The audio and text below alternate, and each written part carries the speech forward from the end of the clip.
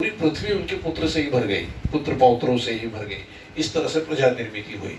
तो ये स्वयंभू मनु और शत्रुपा, इनके 5 पुत्र कौन है, इसका ही भागवत में पूरा वर्णन है। 5 पुत्र कौन है, 2 पुत्र हैं और 3 पुत्रियां हैं। 2 पुत्र कौन से हैं, राजा प्रियव्रत और राजा उत्तानपाद। प्रियव्रत के वंश में ऋषभदेव और राजा भरत निर्माण हुए थे, जिनके नाम से भारत वर्ष विख्यात है, नाम विख्यात है। और उत्तानपाद से तो हम जानते हैं बालक ध्रुव जन्मे थे और वेन और पृथु राजा जन्मे थे, ये उनका वंश है। राजा प्रियव्रत और राजा उत्तानपाद, ये स्वयंभू मनु के 2 पुत्र। और 3 पुत्रियां कौन सी है, आकुति, देवहूति और प्रसूति। आकुति जो है वो रुचि महामुनि को दी गई और उनके वंश में यज्ञ पुरुष भगवान, यज्ञ भगवान का जन्म हुआ। देवहूति का विवाह कर्दम ऋषि से कर दिया गया, उनके सांख्य शास्त्र प्रकट करने वाले कपिल महामुनि का उनके तरफ जन्म हुआ, उनसे जन्म हुआ। और आकुति, देवहूति, प्रसूति, प्रसूति जो थी उनका दक्ष से विवाह कर दिया गया और उनके भी बहुत से पुत्र हुए, पुत्रियां हुई। ऐसा कहते हैं 60,000 पुत्र हुए और 40,000 कन्याएं हुई। और उन कन्याओं में सबसे छोटी जो थी वो थी सती माता, वो महादेव जी को दे दी गई। बात समझ में आई? अब इन्हीं वंशों का विस्तार हमें सुनना है। राजा दक्ष और प्रसूति, इनका विवाह हुआ। इनके 60,000 पुत्र और 40,000 कन्याएं हुई। सबसे छोटी सती, उनकी बड़ी बहन दिति और उनकी बड़ी बहन अदिति। सती छोड़ करके ये जो आगे की 7 कन्याएं थी, उनका विवाह कश्यप ऋषि से कर दिया गया। कश्यप महामुनि से उनका विवाह हुआ। एक बार शाम के वक्त, संध्या के वक्त, दिति ने कश्यप महामुनि से कहा कि मुझे आपके जैसा पुत्र चाहिए, इसलिए आप मेरी कामना को पूर्ण करो। तो कश्यप महामुनि कहने लगे, दिति ये संध्या वेला है, संध्या वेला को उपासना करनी चाहिए, नाम जप करना चाहिए, सत्संग करना चाहिए, क्योंकि इस वक्त, इस संध्या वेला के समय देवाधिदेव महादेव अपने सब रुद्रगण को लेकर के बाहर निकलते हैं और पूरी पृथ्वी की प्रदक्षिणा करते हैं। तो उनके सामने कुछ गलत काम नहीं होना चाहिए, तो तुम इस तरह का हट मत करो, हम किसी दूसरे वक्त देख लेंगे। किंतु दिति ने सुना नहीं और अपने कामना पूर्ण करने के लिए उन्हें विवश कर दिया। उन्होंने उनकी कामना पूर्ण कर दी और जैसे ही कामना पूर्ण कर दी, कामना पूर्ण होने के बाद मन के अंदर जलने लगी, मन ही मन जलने लगी और कहा कि मैंने इस तरह का आग्रह करना ये उचित नहीं था, तो इसका परिणाम गलत हो जाएगा। दिति ने कहा इसका परिणाम शायद गलत होगा। उनको पूछा कि इसका परिणाम क्या होगा। तब कश्यप ऋषि कहते हैं कि आपके इस पाप की वजह से आपको, आपके पेट से 2 महान राक्षस जन्म लेंगे। वो डर गई कि अभी इसका आप समाधान करो, क्योंकि आप तो महामुनि हो, आप कुछ भी कर सकते हो, ऋषिवर हो, आप कुछ भी कर सकते हो। कहे नहीं, इस पाप का इलाज मैं नहीं कर सकता। हाँ, ये कर सकता हूं कि इन दोनों पुत्रों की हत्या प्रभु श्री हरि के हाथ से हो, ये व्यवस्था हो जाएगी, इसकी चिंता ना करो, तो तुम्हारे पुत्र का उद्धार हो जाएगा। तो दिति ने कहा ठीक है, चलो यही सही। और उनका संभाषण इतना ही हुआ।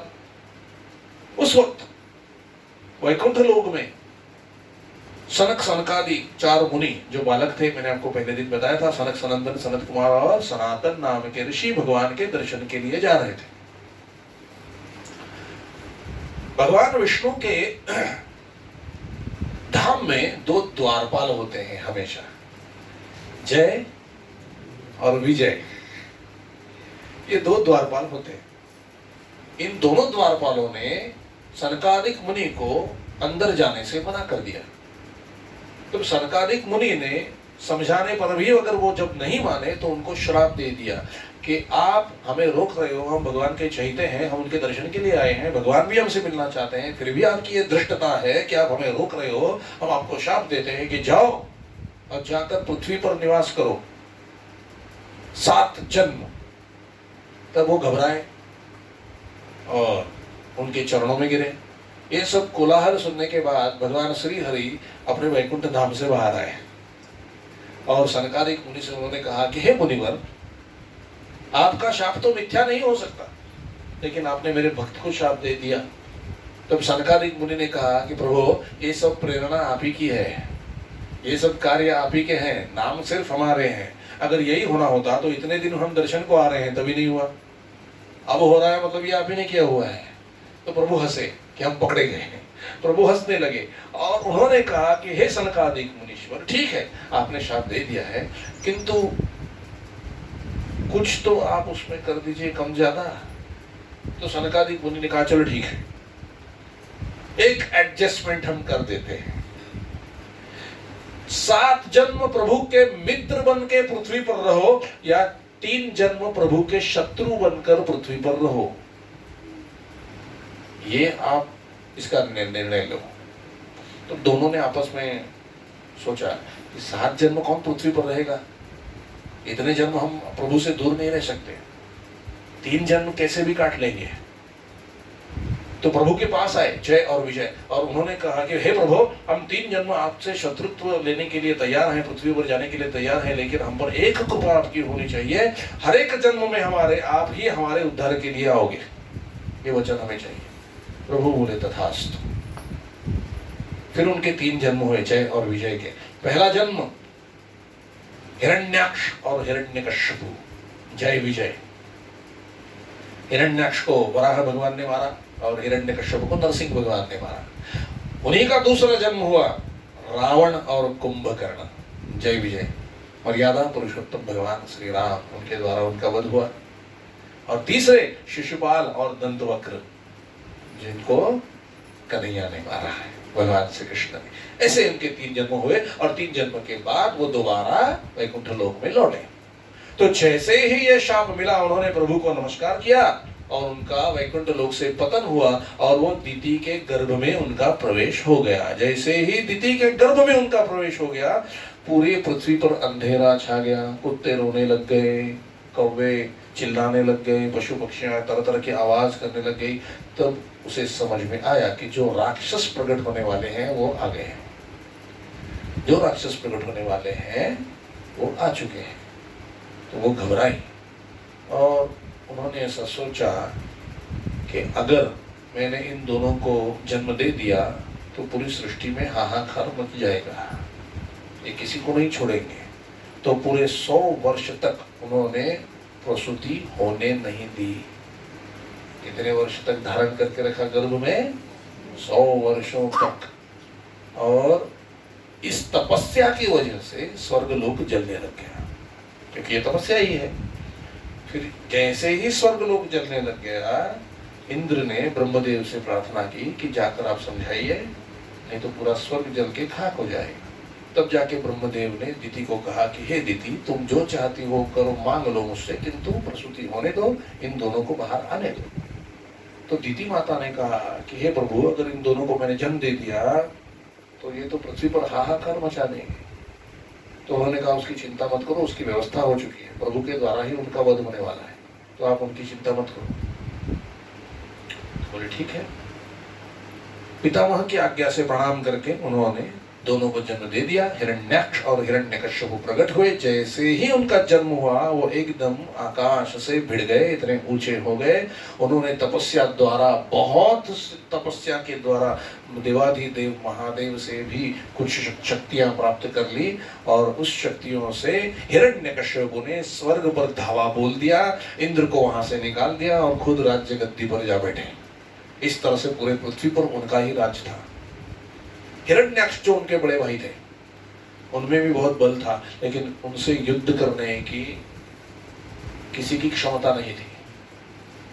हिरण्याक्ष हर जगह पर गए और उन्होंने युद्ध के लिए ललकारा, समुद्र को ललकारा, मेरू पर्वत को ललकारा, मंदार पर्वत को ललकारा, हर जगह पर वो गए, लेकिन कोई भी उनसे युद्ध करने के लिए तैयार नहीं हुए। फिर ब्रह्मदेव के पास गए कि आप हमसे युद्ध करो। ब्रह्मदेव कहा, मैंने तो ये सृष्टि की निर्मिति के है, मैं तो साधु हूँ, मैं तो युद्ध नहीं करता। तो उन्होंने कहा, फिर मुझसे जितनी क्षमता आपने मुझ में दी है, उतनी क्षमता किसमें है, मुझे हराने की क्षमता और किसमें है? तो उन्होंने कहा कि आपको तो केवल एक ही हरा सकता है, और वो है देवताओं के मित्र श्रद्धेय भगवान श्री हरि। वही आपको पूरी तरह से मिटा सकते हैं, आप उन्हीं से युद्ध करो। हिरण्याक्ष ने कहा वो कहाँ मिलेंगे? बोले वो तो मुझे भी नहीं पता, आप नारद जी से जाके पूछो, क्योंकि भगवान का पता तो भक्ति जानते हैं। तो वो नारद जी के पास गए। नारद जी ने उन्हें कहा जाप करो, जाप करने से प्रभु प्रकट हो जाएंगे। तो हिरण्याक्ष को ये बात अच्छी नहीं लगी कि हम तो राक्षस हैं, हम तो ये जाप वाप कुछ नहीं करेंगे, बस हमें युद्ध करना है, दूसरा कोई तरीका हो तो बताओ। नारद जी ने कहा एक ही उपाय है, पृथ्वी प्रभु की भार्या है, और जितने भी अवतार हुए हैं पृथ्वी की रक्षा के लिए हुए हैं। तो आप एक काम करो, पृथ्वी को उठाओ और रसातल में डुबो दो, उनकी रक्षा के लिए प्रभु तो अवश्य आएंगे। ये बात उनको अच्छी लगी। राक्षस है, ज्यादा कुछ सोचते नहीं है, या कोई ज्यादा जो नहीं सोचता वो राक्षस है। तो उन्होंने अपना दिमाग नहीं लगाया, झट से पृथ्वी माता के पास गए, पृथ्वी को उठाया और रसातल में डुबो दिया। पृथ्वी त्राहिमाम त्राहिमाम करने लग गई। प्रभु का अवतार हुआ, वराह भगवान ब्रह्मदेव जी की नासिका में से प्रकट हुए। कोई जान नहीं पाया कि कौन है। सबने देखा कि एक अंगूठे जितना शिशु जो वराह रूप है वो प्रकट तो हो गया है, और देखते देखते देखते देखते एकदम ऊंचा हो गया, आकाश से उनका मुकुट लगने लगा। और इतने विस्तारित रूप देखकर सभी देवताओं को लगा कि यही श्री हरि है। सभी ने उनकी आरती उतारी, प्रणाम किया और उनके नाम का वराह भगवान की इस तरह से जय जयकार किया। जैसे ही वराह भगवान प्रकट हुए, वो सबसे पहले रसातल में गिरे, और वहां पे जो पृथ्वी गिरी हुई थी, अपने दोनों जो दाढ़ें थी उनको उसके ऊपर पृथ्वी को उठाया और समंदर से बाहर निकलने लगे। जैसे ही समंदर से बाहर निकलने लगे, हिरण्याक्ष ने उनको युद्ध के लिए ललकारा। भगवान ने पृथ्वी को एक जगह पर स्थित कर दिया और हिरण्याक्ष से बहुत भयानक युद्ध किया, और उसी युद्ध में हिरण्याक्ष को मार गिराया। हिरण्याक्ष का वध हो गया और सबने प्रभु की स्तुति की, उन पे फूलों का वर्षाव किया।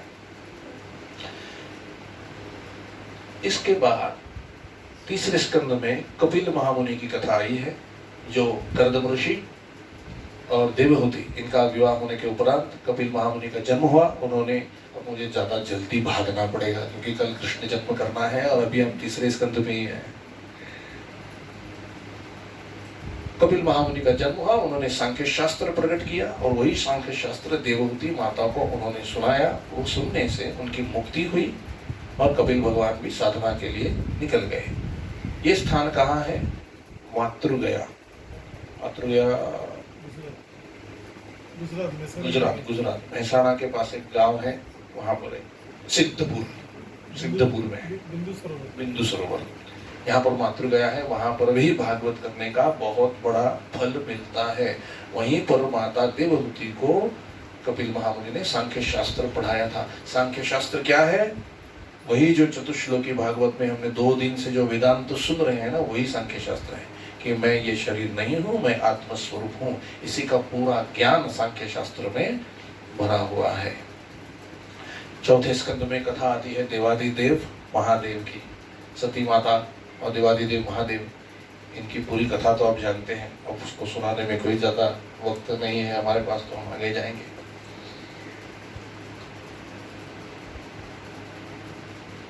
स्वयंभू मनु के जो पुत्र थे उत्तानपाद, उनकी 2 पत्नियां थी, सुरुचि और सुनीति। सुरुचि का मतलब क्या है? रुचि, उत्तम रुचि। और सुनीति का मतलब क्या है? उत्तम नीति।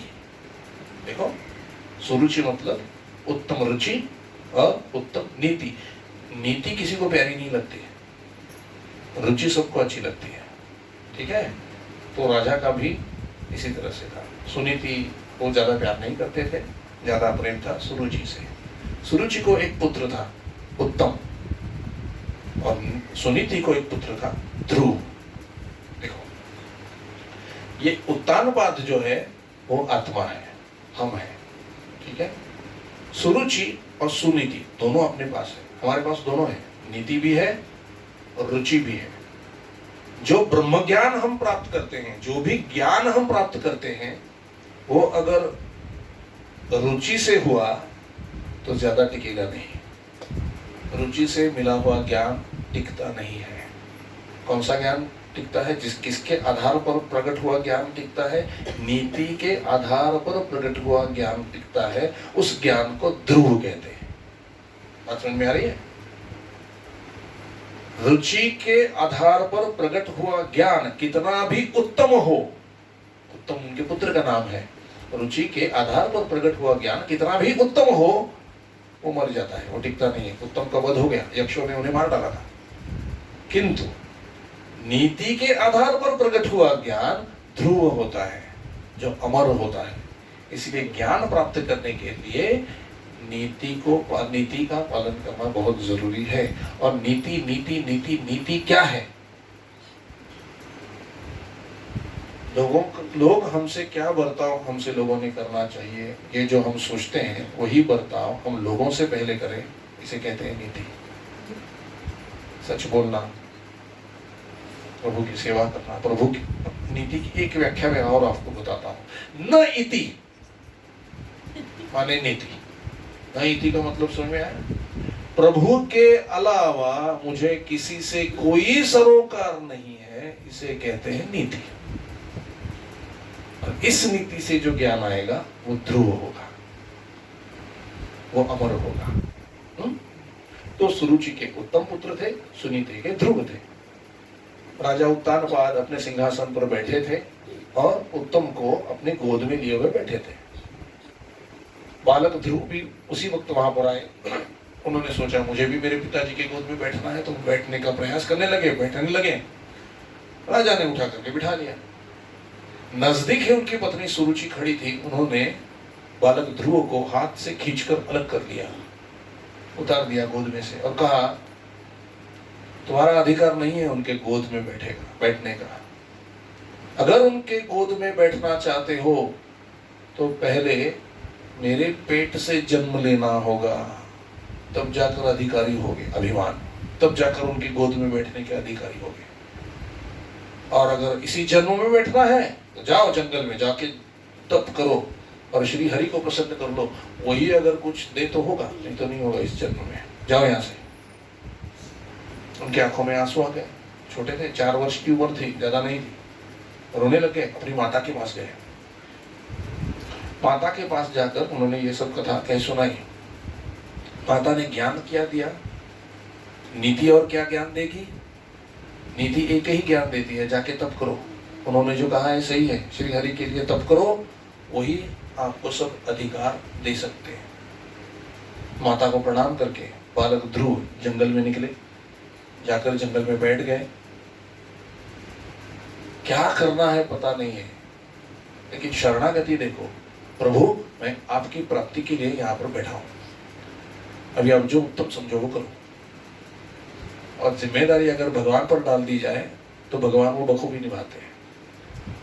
वो बैठने में थोड़ी देर हुई थी कि नारद मुनि वहां पर प्रकट हुए, और नारद मुनि ने उनसे कहा कि इतनी कम उम्र में यहाँ पर क्यों बैठे हो? तो उन्होंने कहा मैं तपस्या के लिए आया हूँ, माता की आज्ञा है, मुझे तपस्या करनी है, मुझे प्रभु की प्राप्ति करनी है, मुझे ऐसे स्थान प्राप्त करना है जहां से मुझे कोई नहीं उतारेगा, जहां से मुझे कोई नहीं निकालेगा, उस स्थान मुझे प्राप्त करना है। नारद मुनि ने कहा कि अभी तुम छोटे बच्चे हो, राजा के पुत्र हो, जाओ खेलो, खेलने की उम्र है, तपस्या वगैरह बाद में कर लेना। तो बोले नहीं प्रभु, आप तो महर्षि हो, ब्रह्मर्षि हो, प्रभु के प्राप्ति का, प्रभु को प्रसन्न करने का कोई मार्ग आप ही हमें बताओ। तब दृढ़ता देखकर, उनके मन की दृढ़ता देखकर नारद मुनि ने उनको कान में नाम दे दिया, अनुग्रह किया और ओम नमो भगवते वासुदेवाय नाम का जाप करो ये कहकर तपस्या करने के लिए कहा। उन्होंने इतनी गहरी तपस्या की, केवल 4 महीनों में भगवान श्री हरि उनके सामने प्रकट हो गए। बालक ध्रुव की आंखें तो बंद थी क्योंकि ध्यान हो रहा था अंदर मन में। प्रभु आकर खड़े हो गए, फिर भी पता नहीं चला। तो प्रभु ने क्या किया, उनके अंदर जो ध्यान चल रहा था उस ध्यान को मिटा दिया। जैसे ही ध्यान मिटा, उन्होंने एकदम से आंखें खोली बालक ध्रुव ने, और आंखें खोलने पर क्या देखते हैं, जो ध्यान अंदर है वही ध्यान बाहर दिख रहा है। उनकी नेत्रों से अश्रु बहने लगे। भगवान श्री हरि भी नीचे उतरे, गरुड़ पर बैठकर आए थे, नीचे उतरे और अपनी शंख का स्पर्श उनके गाल को किया और पूछा कि तुम तो मेरे सबसे लाडले और सबसे छोटे भक्त हो, कहो तुम्हें क्या चाहिए।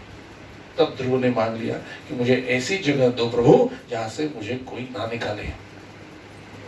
तो भगवान ने कहा तथास्तु, मैं तुम्हें ध्रुवलोक प्रदान करता हूं जो मेरे वैकुंठ में है, और सभी प्रलय होने पर सभी लोगों का नाश हो जाएगा, किंतु ध्रुवलोक का नाश कभी नहीं होगा। तुम वहां के राजा बनोगे, और जो भी कथा सुनेगा, मेरी कथा सुनेगा, मेरा जाप करेगा, मेरे नामस्मरण करेगा, वो सब लोग उसी लोक में प्रवेश कर जाएंगे। तुम उस लोगों का राजा, आप उस लोगों के राजा होगे, और वहीं पर अखंड सत्संग चलेगा। ये वरदान उन्होंने दिया और श्री हरि अंतर्ध्यान हो गए।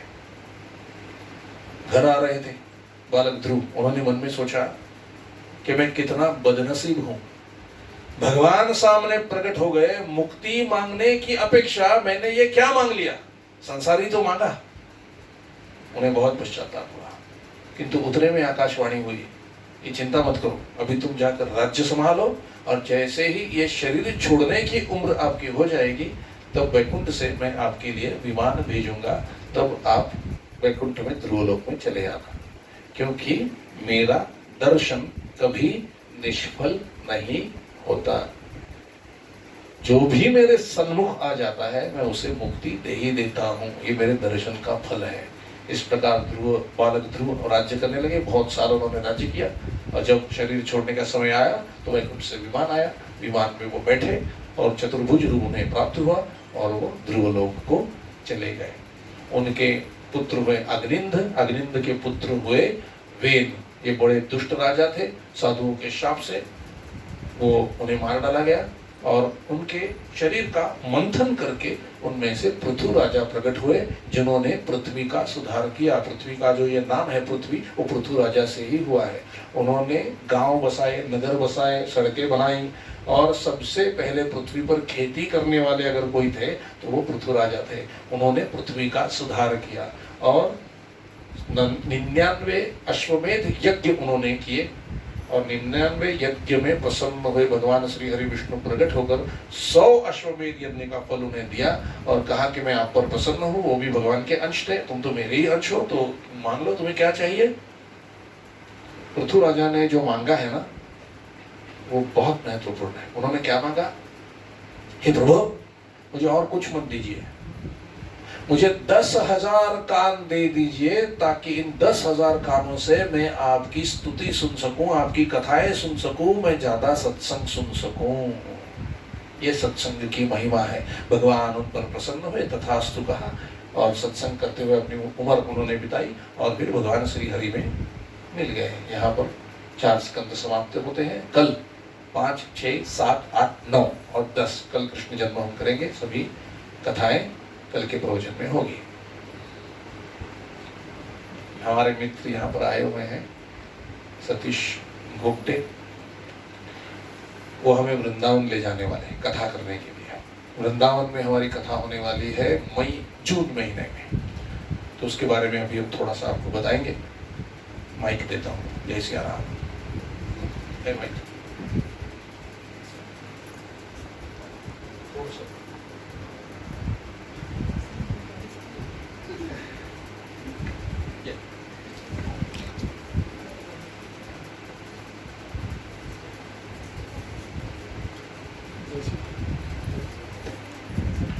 जय श्री कृष्ण। सभी भक्तों को प्रणाम। व्यासपीठ को नमन करते हुए इस जगह पर भी नमन करता हूँ, इसका भी महिमा है इस जगह का। तो थोड़ा मेरा सा परिचय देता हूँ। मेरा नाम सतीश सदाशिव गोप्टे, मूल निवासी डोंबोली, और ईश्वर की कृपा से 30 साल से पूरे भारत भ्रमण का अवसर मिला है। उसका सब श्रेय भक्तों को है। भक्त है इसलिए यह अवसर मिला। तो महाराज जी से 5 साल से संबंधित हूँ। 2-3 कथाएं हुई है। और इस साल में अभी जो कोरोना का संक्रमण है बहुत सारा कम हो रहा है, लेकिन ये अभी सबके महादेव है। फिर भी जून में ऐसा है कि मथुरा वृंदावन जो नगरी है, स्वाभाविक रूप से भगवान की वहां पे बाल लीला हुई है और उसको कहते हैं ब्रजभूमि। तो हम वही ब्रजभूमि जाने वाले हैं। आपसे निवेदन है, जिनको इसका लाभ लेना है अवश्य लीजिए। कल आपको यहाँ पत्रिका मिल जाएगी, लेकिन फिर भी थोड़ा 1-2 मिनट में कह देता हूँ। क्यों ऐसा है, हम सब संसारी लोग हैं, यहाँ कथा हो रही है, लेकिन मुझे बताइए आप में से कितने जन 100% डेली यहाँ आ रहे हैं? आए भी हैं तो ध्यान सब घर में है। पोता क्या कर रहा है, बहू क्या कर रही है, पतिराज आए कि नहीं। तो इसलिए ऐसा कहा जाता है शास्त्र में कि जहां पर कुछ भगवान की लीला हुई है या कुछ महात्म्य है, उस कथा में कथा श्रवण करना एक बहुत आनंददायी होता है और अपना तन मन सब वहां लगा रहता है। तो एक बार घर छूट गया, यहाँ से 1400 किलोमीटर चले गए, तो मन से भी आना चाहेंगे तो उस भूमि में ऐसी लीला है कि उस भूमि में सब राधे राधे हो जाते हैं। तो कथा का यात्रा कालावधि है 11 जून से 21 जून। 11 जून को यहाँ से पंजाब मेल से हमें जाना है। 12 जून को हम पहुंचेंगे मथुरा। हम लोग आपके सेवा में एक दिन पहले वहाँ पहुंचने वाले हैं। हम आपको मिलेंगे वहाँ मथुरा में। वहाँ से फिर बस द्वारा हम जहाँ अपनी कथा स्थली रहेगी वहाँ पे पहुंच जाएंगे। खान पान सेवा सब अपनी यहाँ की स्टाइल की रहेगी, यूपी की स्टाइल का सिर्फ पानी रहेगा और वहाँ का वातावरण रहेगा। क्यों ऐसा है कि कहते हैं कि बाकी सब ठीक है, जब तक यहाँ पे अच्छी आहुति जाएगी तो ही कथा में मन लगेगा। अगर मन भटक गया, पेट भटक गया तो सब यात्रा भटक गई। तो पहले हमको इसको संभालना है, वो कार्य हम करेंगे। 12 तारीख को हम वहां पहुंचेंगे। 13 से सुबह यमुना पूजन होगा कि जमुना जी का हम यमुना बोलते हैं, दूसरा भी नाम है जमुना जी। तो वहां पूजन होके फिर कथा शुरू होगी। लेकिन मैंने स्वामी से निवेदन किया, क्या होता है कि इतना लंबा जाके भी कथा तो सुननी है 100%, और कथा आप कितने भी सुनोगे, कितने जन्म सुनेंगे तो भी कम ही है। तो अपने भाग्य में वहां पे जो वातावरण रहेगा, जो आपके अनुकूल रहेगा, जो स्वामी जी को व्यासपीठ के द्वारा आदेश मिलेगा, वो कथा और कुछ कही जाएगी। तो हमने उसका ऐसा प्रमाण रखा है कि जैसी कथा सुननी है वैसा ब्रिज की जो मिट्टी है वहाँ की बहुत बड़ी पारंपरिक यात्रा है। उसको कहते हैं 84 कोस ब्रज परिक्रमा। ये इसका शुरुआत ऐसा हुआ जैसे भगवान के जिन्होंने पालन पोषण किया, नंदा बाबा, वो उनका उम्र हो चुका, तो उन्होंने उनके लिए, लोगों के लिए भगवान है, उनके लिए तो उनका पुत्र ही है। उन्होंने कहा बेटा अभी हम लोग का उम्र हो गया, स्वाभाविक उम्र के बाद तो यात्रा करनी है। तो भगवान हंसने लगे, सभी विश्व मैंने बनाया और मैं आपको क्या लेके जाऊँ। उससे जब मैं सब विश्व के जो हमारे तीर्थ स्थली यात्रा है उनको मैं देव देता हूँ, यहाँ आमंत्रित करता हूँ, उनको मेरे घर बुलाता हूँ और अपने घर ही आप यात्रा कीजिए। इसके लिए उसको 84 कोस ब्रज परिक्रमा कहते हैं। तो मैंने महाराज जी से ऐसा सुझाव किया, अपने हाथ में दिन है, थोड़ा व्यवहारिक रूप से आग्रह भी करना है। जो शिव जी का मूल स्थान है उसको पहला नाम था तेजोमल, बाद में मुगलों में उसका नाम हो गया ताजमहल। तो वहां पे हम आपको शिव जो लिंग रहता है उसकी प्रतिकृति, मतलब मंदिर में क्या ऊपर कलश रहते हैं, उसका सेम टू सेम पैटर्न नीचे उस टाइम बना हुआ है, वो हम आपको दिखाएंगे। और आगरा का जो दूसरा खासियत है वर्ल्ड फेमस, जहाँ से शिवाजी महाराज ने, जैसे भगवान ने भी एक टाइम पलायन किया वैसा शत्रु के मुख से भी पलायन किया हुआ है, वो आगरा किला। वो देखकर फिर हमने स्वामी जी महाराज जी ऐसा प्रार्थना किया कि बचे हुए 3 दिन जो है हम ब्रज की परिक्रमा में जो एक्चुअली भगवान ने वहाँ लीला की है, जैसे कान्या मर्दांडो है। बाद में जैसा भी आपने ध्रुव चरित्र सुना, वैसे वहाँ भक्त प्रहलाद ने वहाँ पे तपस्या की है। जो भक्त प्रहलाद की माँ कायदे को इंद्र लेके जा रहे थे, तो नारद ने उसको छुड़वाया, और कायदे को जो आश्रम में रखा, वो आश्रम नारद आश्रम करके है। बाद में ध्रुव किला टीका उठाया जाता है, रमण रहती है। भगवान ने अपना माता को जो विश्वरूप दर्शन दिखाया मुख द्वारा, ब्रह्मांड घाट है। दूसरा और एक अलौकिक स्थान है, जैसे हम बचपन में माँ के आंचल में खेलते थे, तो जो उनके वस्त्र है, उनका जो फीलिंग है, वैसे यहाँ पर एक स्थान है रमण रिद्धि करके। वहां पर आप जैसे बच्चे बन के आप जितना उसमें टहलोगे, पूरी मट्टी मक्खन जैसी है, खड़े हो जाओगे, इतना ब्रज का इतना कण भी आपके साथ घर में नहीं आएगा, सब वहीं छूट जाता है। तो उसमें हमको बोल देना चाहिए कि जो हमारा भगवान को जन्म दिया है, जो कार्य करना है, सत्कर्म यहाँ करना है, आखिर ये सांस लेने के बाद तो सब यहाँ ही छूटने वाला। तो एक ऐसी अलौकिक थोड़ी अलग से हमने यात्रा का डिजाइन किया है कि यात्रा कथा भी सुनो और थोड़ा ब्रज की परिक्रमा के जो प्रैक्टिकल। बाकी देखिए, आज वृंदावन में थोड़ा कमर्शियल ज़्यादा हुआ है, उसका वजह ऐसा है कि बहुत से जो बाबा लोग चले गए, उन्होंने अपना आश्रम वहाँ बना दिया। और वो कैसा है, वो उनका भी हेतु अच्छा है कि वो जो प्रोग्राम नहीं कर सकते, यहाँ पे आके रहने की व्यवस्था हो, खानपान की व्यवस्था हो। लेकिन जब हम इतने सक्षम है, यहाँ से इतने लंबे जा रहे हैं, तो ऐसा हम अपने घर में रहते ही हैं, तो उससे जब भजन परिक्रमा करेंगे तो अलग सा एहसास होगा, कुछ अपने भाग्य में और कुछ अच्छा पुण्य कर्म जुड़ जाएगा। तो कल आपको यहाँ पत्रिका मिल जाएगी। छोटा सा 2 शब्द कह दिया। वापिस सबको प्रणाम। जय श्री कृष्ण। हरिओम। बोले सदगुरु भगवान की, व्यास भगवान की, भागवत भगवान की। आज चौथे दिन की कथा पूर्णाहुति की ओर है। कथा ठीक 3 बजे प्रारंभ होती है। आप सब लोगों से निवेदन है, कथा का पूरा आनंद लेना चाहते हैं, आप लोग समय पर पधारें। उसके पहले यहाँ पे पाठ होता है, पाठ 1:45 बजे से चालू होता है, तो पाठ का भी लाभ लेंगे। हनुमान चालीसा का पाठ भी होता है, तो कोशिश करें सब लोग 1:45 बजे यहाँ पे पधारें और पूरा आनंद लेंगे। 7 दिन का 21 तारीख को पूर्णाहुति है।